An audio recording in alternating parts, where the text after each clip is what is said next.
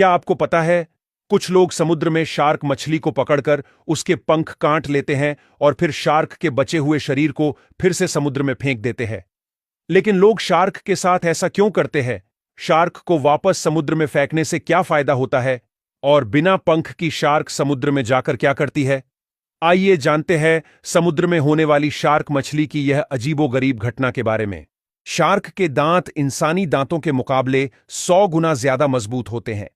एक शार्क अपने जीवन काल में 20,000 से 30,000 दांत बदल सकती है।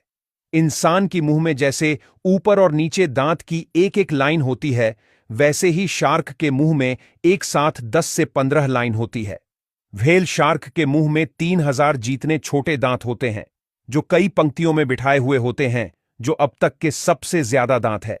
ज्यादातर जीव में बच्चे पैदा करने के लिए नर और मादा दोनों की जरूरत होती है, लेकिन शार्क की कुछ प्रजाति में नर के बिना ही सिर्फ मादा बच्चे पैदा कर सकती हैं। इस प्रक्रिया को पार्थेनोजेनेसिस कहा जाता है। जब मादा शार्क के शरीर में अंडे का उत्पादन होता है, तब इन अंडों को निषेचित करने के लिए नर के शुक्राणु की जरूरत होती है।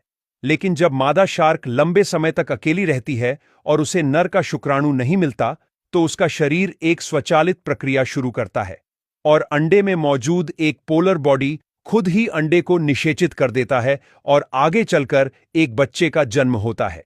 लेकिन इस पार्थेनोजेनेसिस से जन्मे बच्चे हमेशा मादा होते हैं, क्योंकि बच्चे का डीएनए केवल मादा शार्क से आता है और नर का कोई सहयोग उसमें नहीं होता।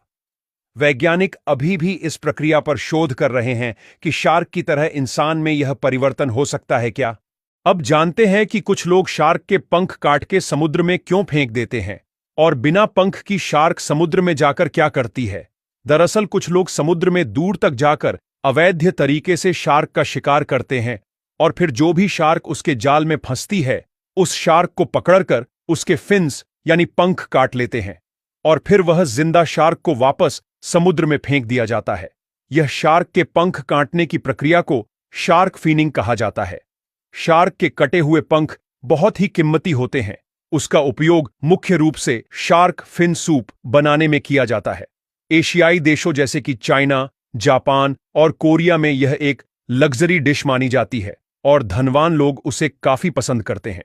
एक डिश फिन सूप की कीमत 10,000 रुपए से भी ज्यादा होती है।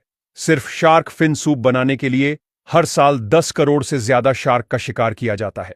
कई देशों में शार्क फिनिंग पर रोक लगा दी गई है, लेकिन अब भी यह अवैध रूप से जारी है।